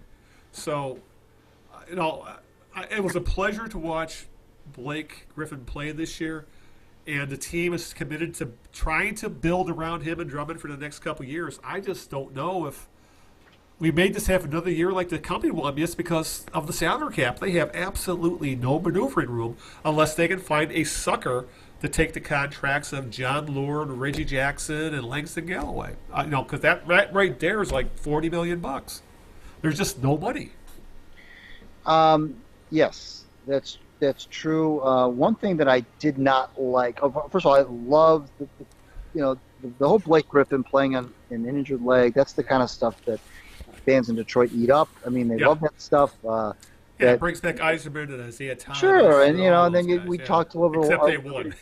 We talked they a little had while games as well. Yeah, I mean, we talked a while ago about Prince Fielder and how he didn't seem to be, all in and so forth. And so you got a guy like Blake who plays on one leg and he put up some numbers. Right. Yeah. Even if he wasn't good, I mean, the fact that he just went out there and tried to play was, it gives people a lot of solace. But what I did not like was some of these, and a lot of this is because there just has not been a culture of winning around here. We talked about Isaiah and how it was all about winning, and every playoff, excuse me, same with Yzerman. Every playoff that ended, typically short of the goal, a lot of times way short of the goal. Right. Yzerman or Isaiah would be, of course, the ones talking, and you could just see the hurt and the pain in their words were very measured and hung on every word, and there was a genuine disdain for the situation. And then you look back at what happened after this 4-game sweep at the hands of the Bucks, and granted, it was not unexpected, but the Drummonds of the world, these are a great bunch of guys, and I was very proud of them, and I'm happy. It was a good season, and these are great that's pretty guys. Much what it sounded like. You're right. Everything's nicey, and Blake Griffin's supposedly, according to, they said that behind closed doors, he told everybody how proud he was. Yeah. Okay, fine.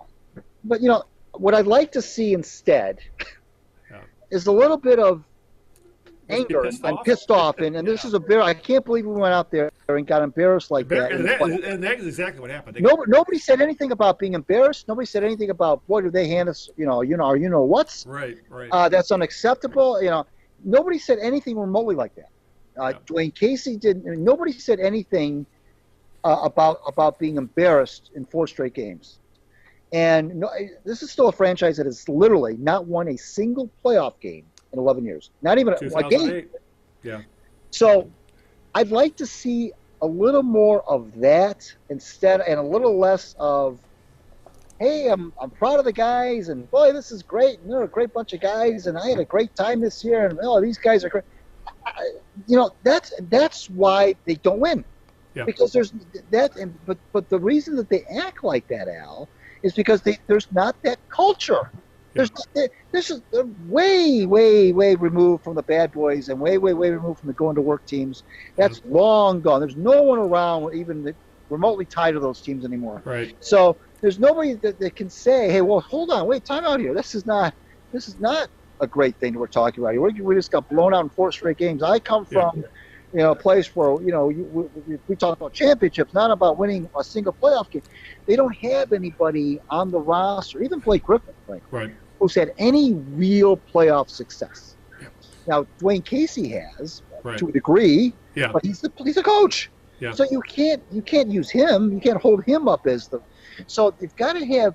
There's not, and so it's like a chicken or the egg thing. It's like they don't have that chutzpah. But you only get that chutzpah if you have a culture of winning, and you can't get a culture of winning until you win. So it's like a chicken and egg thing going on here.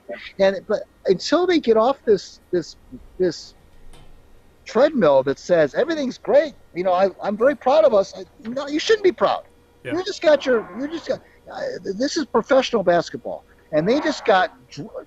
I don't care what the records are. I don't care that Milwaukee won 60 games and Detroit won 41. I don't care. You got to be better than that. You got to be more competitive. I can see getting blown. Okay, you got blown out in game 1. I get it. Okay, that's fine. It happens. They never ever. I think they led at halftime of game 2, maybe Milwaukee or something like that. Right. But Milwaukee just could turn it on and off whenever they wanted to. They were playing with the Pistons. They knew it. Everybody knew it. And I understand the fact that they're bad. They were expected to win. I get it. They were expected to win. But my gosh. You can't go out there and get drilled 4 games in a row and then say I'm proud of everybody. I mean, you can't do it. There's got to be some sort of anger, some sort of, if you're going to be truly a leader, then Drummond ought to be there, spitting nails about that. Just absolutely spitting nails. I couldn't picture Isaiah Thomas or Bill Laimbeer or Rick Mahorn or any of those guys with that kind of attitude. Instead, for that matter, Ben Wallace or Chauncey Billups. Instead, what we had was Chauncey Billups, ironically, calling out Andre Drummond for laziness on national television in the playoffs. Yeah, and if anybody can talk, it's Chauncey Billups. Right. Okay, he can say whatever he wants because he's an MVP of the finals. He was the heart and soul of the Pistons in those championship years. He can say whatever he wants as far as I'm concerned. And you can make the argument that the Pistons' downfall started when they traded Chauncey Billups. So when he says, who has more credibility? Who has more credibility to even the average NBA fan? Forget Detroit. Who has more credibility, Chauncey Billups or Andre Drummond? Yeah, and it was something with some of the examples he's shown when he was, Brook Lopez, a journeyman center, was eating Drummond up for lunch and Lopez was ready to take a 3, and instead of aggressively closing it out like you're supposed to, arms up and charging, he just kind of lagged with his arms down, and that just set Billups off, and for good reason. That's not. And that was also the game that I think the crowd, which was ready to explode, they had a sold-out LCA. And they started to turn on Drummond because the crowd saw the same kind of effort. When was the last time you saw Drummond foul anybody hard? I mean, really foul somebody hard. So they think twice about coming down. You mentioned Laimbeer and so on. And I know that in this town we are maybe jaded a little bit because this town has a history of tough as nails centers going back to Bob Lanier. But that's when that kind of stuff bothers me when I hear those kind of comments. I don't like players getting booed in the playoffs either. That's not good. I mean, you're getting booed in the playoffs at home. That's not good. That's not a good look. It just isn't. But I don't want to hear what I'm hearing out of the Pistons anymore because that's the kind of talk. When the Pistons acquired Mark McGuire in 1989. They traded Danley, and who was not well liked either, by the way. But they traded to get Aguirre, and first thing they did was, when I say they, I mean the players. They took specifically, if I remember, it was Thomas and Lambier. They took him out to dinner, and they said, "Look." I remember Lambier said, "The only reason I'm even giving you a chance is because Isaiah says we should give you a chance." Right. And if it wasn't for him, because I've heard nothing but bad things about you in this league, but Isaiah says we should give you a chance. So since he says that, we're going to give you a chance. But I'll tell you something. This is the way we do things around here, and this is the way you're going to do things around here, or you're going to have a hard time here. Yep. And guess what? Mark Aguirre, who Dick Motta once called a jackass and a coward, right, ended up being a productive player for two world championship teams, right, because he got on board. Yeah. Why? Because there was a culture.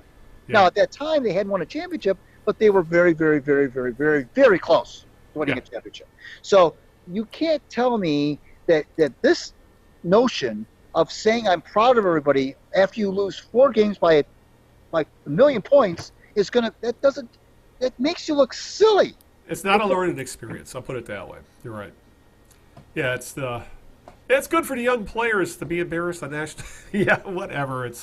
But the front office has to say something. They got a lot to prove this coming season, because if they want to improve this team at all, they got to be wizards when it comes to mining some diamonds in the rough or fleecing another team. I don't know if they're capable of doing either. All right, one last topic, Greg. Lions had a draft. Some people liked it, some people didn't. There was a couple guys drafted that no one was very familiar with at all, especially the linebacker from Hawaii. And all I can say is I don't watch enough college football to really say how good any of these guys could be to begin with, because I just pay attention to Michigan and Michigan State for the most part, and whatever the national games of the week are, on ESPN or CBS or whatever.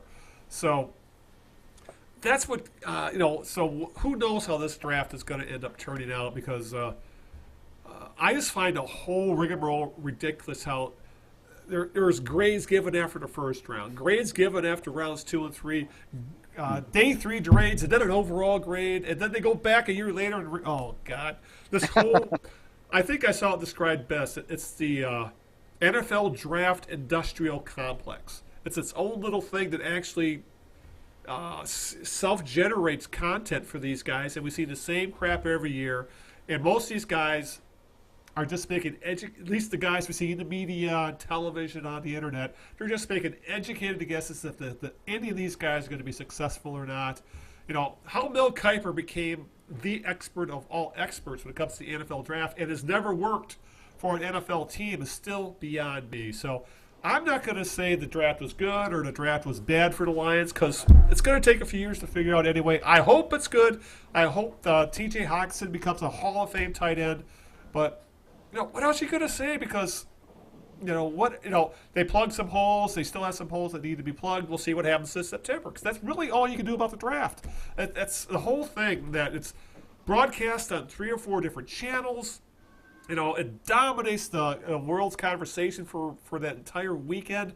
I mean, it drew 600,000 people to freaking Nashville over 3 days. How do they do that? Because I just don't, I tuned in to see who the Lions picked. Okay, who they got? Okay, what's going on in the playoffs? I just don't get it, Greg. I just don't. Yeah, if Bob Quinn is nothing else, he's not formulaic. He's not chalk. Yeah. I mean, that's one thing about him. He's you can cry about him all you want, but there's one thing that he doesn't do is always do the expected. Right. He's not always gonna be right, just like that's like anybody. I mean, but we all know that the draft is overanalyzed. It's people get overanalyzed. Oh my God, that's an understatement. And you have to give out the grades. I'm sure some of these writers even hate to do that. Their paper, they're required almost contractually. Oh God, there's already been mock drafts for next year. Right. Oh my God. And then they grade and then obviously once the draft ends, this whole ream of undrafted free agents join specific teams, and those get graded. So, we'll see what happens in training camp, and hopefully the guys at the Bob Quinn and Matt Patricia are right about the type of player they drafted. We'll see what happens, but to really say anything more than that would be just being as bad as Mel Kiper and Todd McShay and all those other clowns. So let's just move on and call it an evening, shall we? Unless there's something else. Oh, I know what I wanted to ask you before we call it a night. What's your take on the Detroit Tigers broadcast team now that we've had Matt Shepard doing the broadcast now for close to 6 weeks? Personally, I don't really care for him. He comes off to me as he's trying way too hard, and also for some reason I don't know if this is coming from the higher ups. They're trying to make it so conversational that they're missing plays, they're missing pitches, or they're doing the one thing I hate is mid-game interviews. They seem to have, and then they had the all players game where it was nothing but that was a train wreck. So, they're trying to copy what TNT does in some NBA games. But I am not, I was not, I liked Mario Pemba. I did not care for Rod Allen. But even though they hated each other, I think they had better chemistry than Matt Shepard has been able to develop with either Kirk Gibson or Jack Morris. We are so I don't know because I don't live anywhere but here, so I guess I really can't say for sure. But I don't know if any teams. I wonder if other cities' fan bases are as obsessed with the announcers as they are in Detroit. It seems I'm on these Detroit Tigers, in these Detroit Tigers groups on Facebook and so forth, and just not even just on Facebook, but just in other places on the internet. And maybe it's because the team is bad right now. Maybe that's part of the reason. I guess there's something else to focus on. But I've never seen a fan base so worried about who the announcers are. Now, I will say this. We are also kind of spoiled because there's still a lot of people like you and me who remember the great days of I think that plays into it. And Harwell, and I get it. But those guys haven't been around for a long time either. Right. So, but whenever you bring up announcers, all it becomes is 56 comments, 28 that like the guys and 28 that don't. There's nobody. You're not going to change anybody's mind. It's like saying, which do you like better, Coke or Pepsi? And then you got 50 people saying they like Coke and 50 people saying they like Pepsi. There's nobody's mind is going to be changed. Everybody's got their own opinion. They like what they like. Some people love Kirk Gibson. Some people hate Kirk Gibson. Some people love Matt Shepard. Some people hate Matt Shepard. Some people love Mario. Some people love Rod. Some people hate them both. It's insane to me. But I will say this: the two things about that really bug me. Number one is pick the stick. That can go. Oh yeah, and then they bring it up in the middle of the game. Yeah. Plus, it's embarrassing because the Tigers have such a crappy offense. Yeah. And the other thing that drives me crazy is I don't care who the announcers are. Just let the game breathe. Yeah. Baseball used to be and not just on radio, but on television as well. Even more so, maybe on television, because you could see the action. Let the game breathe. It's okay to let a couple pitches go by and not say anything. Even the play-by-play guy, maybe you might say 2-2 coming up. Yep. Ball 3. And that's what I called with this conversation. Let the game breathe. They never shut up. This conversation thing, this notion we have to have a conversation all the time, and we have to have the ex-players. Yeah, you can see what Shepard doing this. So, what would you do in this situation, Jack? Or that kind of stuff. And then they miss a couple plays, or they miss a couple pitches, or something. It's the fourth inning in a game against the White Sox in April. Yeah. I don't care. Yeah. Don't analyze everything about every game. It's the fourth inning, and Jordy Mercer's up with a 2-1 count, and with 2 outs and nobody out. I don't care what you gotta. Sometimes you get too caught up in, and I blame some of that on metrics. I think baseball metrics has poisoned to a degree announcing, because I think announcers now are trying to get on this metrics train, and they don't want to let anything go unnoted. Yeah. So everything gets talked about. Everything. Well, I would my counter to that is I think the guys who don't know metrics very well, like Shepard, are doing that. If you listen to Dan Dickerson, who is a fan of metrics and knows how to apply them, I think it's a different story. But Dickerson, I think, is at a different level of announcer anyway. So, but I think that plays into it, is that you have guys bringing up metrics who either don't believe in them or don't know or can't grasp them. And it comes across in that they're trying to bring this stuff up, and then all of a sudden Jack Morris kind of goes into his grumpy old man thing, and And the other hand, they have Kirk Gibson. I'll say this about Gibson: I feel like I learn something every time he does a broadcast. I will say that. I will agree with you, and I think that, which is why I like him. I think that's why it's tough to have an analyst who's a pitcher, who's a former pitcher. You just wonder how much. That's why, it's good if you can have a pitcher and a non-pitcher in the booth at the same time. Right. I think that's why I think Ron Darling and Keith Hernandez work so well with the Mets, because Hernandez was a great hitter, Darling was a pretty good pitcher, and they can come at it with two different. Plus, they're both. Right. I like both. They're both. I like what they say. I like their style. They don't pussyfoot around. They don't try to sugarcoat anything. They're a great team along with Gary, or is it Rose? Who's the I can't remember who the play-by-play guy is, but those three. That's a great team. But yeah, I hope it gets better. I think Shepard is kind of learning on the job, because he was always a jack of all trades broadcaster, not a guy who specialized in one sport. Yeah.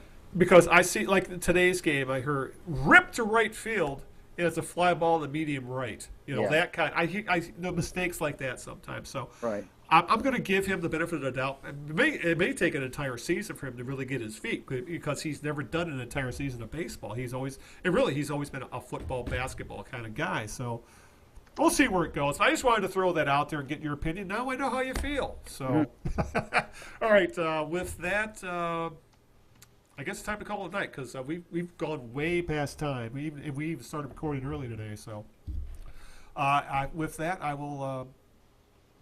Anything else we need to cover, or shall I just get out where you can listen to us at? Just follow me on Twitter. We got to do Jerk of the Week, right? We do Jerk of the Week real quick. Oh God, yeah. Let's go. Who's your jerk? My God, we're rusty. We missed a week, and all hell breaks loose. I don't really have a particular person, but I want to. Yeah. My Jerk of the Week, Al, are the fans of the draft who kept saying that the Lions should not draft a tight end. Just don't draft a tight end, because they would be 3 in 10 years, and that's ridiculous. And I don't care. I had some people that said to me, I don't care who they draft, as long as it's not that tight end. Well, what happened to just drafting a guy that you think is the best fit for your organization, regardless of position? And guess what? Those other two tight ends that you're talking about, which of course were Eric Ebron and Brandon Pettigrew, were drafted by a totally different organization, a totally different administration. They were not Bob Quinn's picks. They were one of them was 10 years ago, number one. Yeah. Number two, the other one was by Quinn's predecessors. Right. So why should we tell Bob Quinn that you can't draft a tight end, because that would be 3 in 10 years, and isn't that stupid? Well, I don't care how many it's been in 10 years. If that is the best player that the Lions feel like would make them better, and because this kid Hawkinson can pancake people as a blocker, which Ebron never could do, by the way, or Pettigrew, by the way, then